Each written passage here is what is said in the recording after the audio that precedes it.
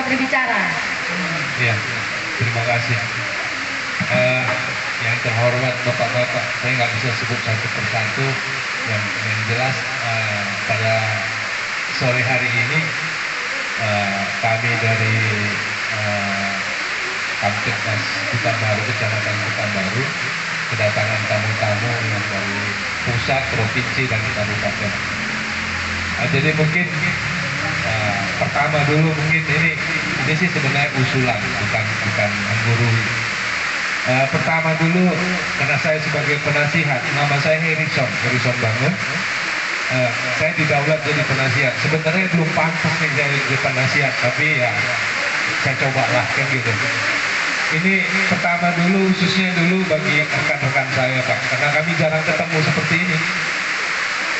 Pertama dulu mungkin ini pelajaran, tadi masukan-masukan, begitu banyak masukan, tapi ini kita masih miscommunication.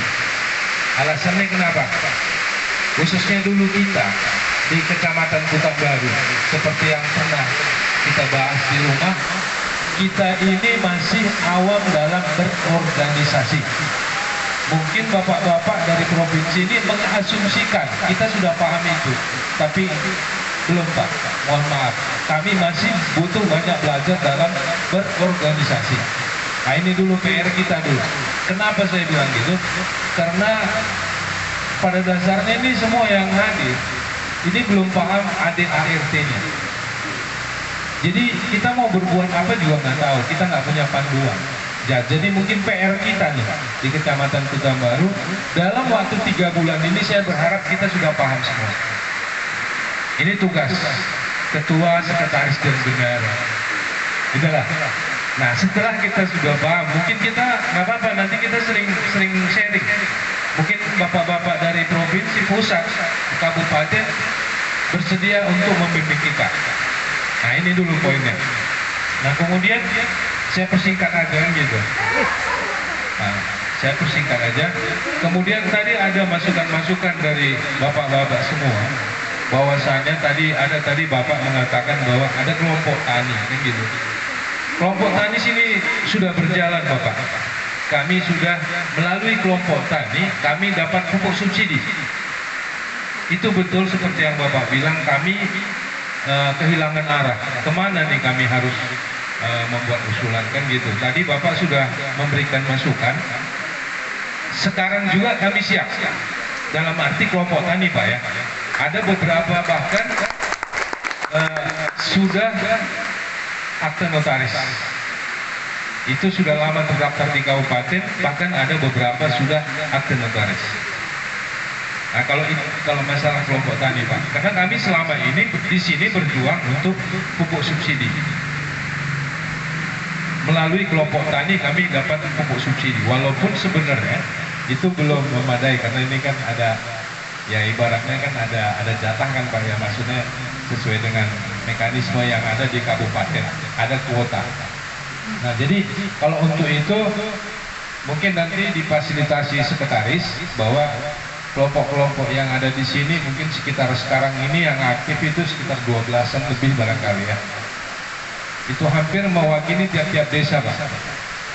Nah karena kebetulan saya juga ketua kelompok tani Pak. Bahkan saya gapoktan, gabungan kelompok tani, ketua gapoktan. Nah, seperti itu. Jadi itu bisa Pak. Nah kemudian seperti yang kembali saya ingatkan bahwa di Kecamatan Pekanbaru kami secara turun-temurun itu bertani dari tanaman keras. Berawal dari masa mungkin di tahun 60-an itu kami petani karet. Nah kemudian setelah ada perubahan harga di karet, kami sekarang berubah ke sawit. Dan kebetulan Pak, memang dari sanalah kami hidup. Kami tanaman semusim masih agak gimana ya, masih taraf belajar Pak. Jadi sering gagal, makanya jadi bosan. Tapi di tanaman keras mudah-mudahan sekarang ini rata-rata ini mungkin ketua juga punya lahan sawit, kan gitu ketua. Sekretaris juga punya lahan sawit, rata-rata Pak. Jadi mungkin menurut pandangan saya Pak, ada nih tanaman yang lain, tapi tanaman keras mungkin Saya beri contoh mungkin Pinang Pak ya. Pinang. Sekarang lagi ngetren nih Pak Pinang Batara. Karena saya lihat untuk membiayai 1 hektar lahan sawit itu butuh dana 30 sampai 40 juta Pak. Tapi kalau Pinang mungkin 10 juta juga ada cukup sampai tanaman menghasilkan. Karena rata-rata kami di sini kan orang nanam sawit, kami ikut nanam sawit Pak. Jadi sebenarnya kami nggak ada analisa ekonominya gitu Pak. Nah jadi mungkin itu mungkin bisa membantu kami karena pada dasarnya kami di sini ya itu tadi Pak, tanaman keras. Jadi kami nggak puyeng berpikir gitu Pak. Kalau di Tanah Karo mungkin dia sehari-hari kan gitu Pak. Kalau kami cukup 2 minggu sekali datang ke lahan, nimbang, terima duit. Oh hasilnya berapa juga ya udah kan gitu. Kita nggak berpikir gimana nih memaksimalkan hasil. Mungkin sharingnya ke sana Pak. Jadi tadi ada Bapak Sematuk Sianipar ada kasih saran bahwa ada satu pupuk organik itu menyuburkan tanah sifatnya Pak. Mungkin nanti itu bisa difasilitasi ketua karena beberapa waktu yang lalu tuh ada di sini sosialisasi masalah pemupukan sawit itu ada 3 macam, organik, dolomit dan pupuk NPK barangkali. Nah itu nanti nyambung Pak. Jadi mungkin tadi bahasa dari Bapak itu ada beberapa yang nyambung. Tapi pada intinya Pak itu tadi kami tolong beri waktu 3 bulan supaya kami memahami berorganisasi. Itu dulu Pak. Kalau nanti kita terlalu jauh ke atas Pak nggak nyambung nanti Pak, ketinggalan kami Pak. Nah jujur aja Pak. Nah saya rasa itu yang perlu saya ucapkan pada sore ini ya. Sebelumnya maaf Ketua, maaf Jen. Artinya ini undang-undang kan gitu. Dan mungkin ya yang lain-lain juga bisa maklum tentang itu. Saya rasa demikian. Terima kasih. Mohon maaf sebelumnya dan saya sudahi. Terima kasih.